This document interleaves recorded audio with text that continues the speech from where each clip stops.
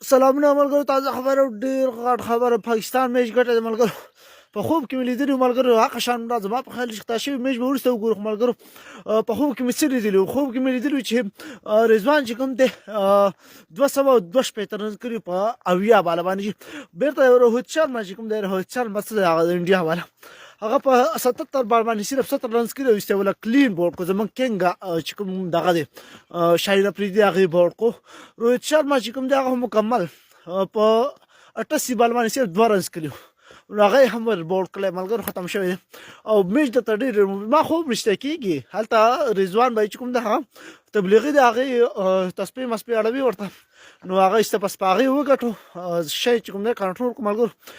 میچ به ګورو ها، خو ټول پاکستانیانو ته ډېر ډېر مبارک شه. داسې مبارک شه لکه حد پې تمام دی، حد ملګرو.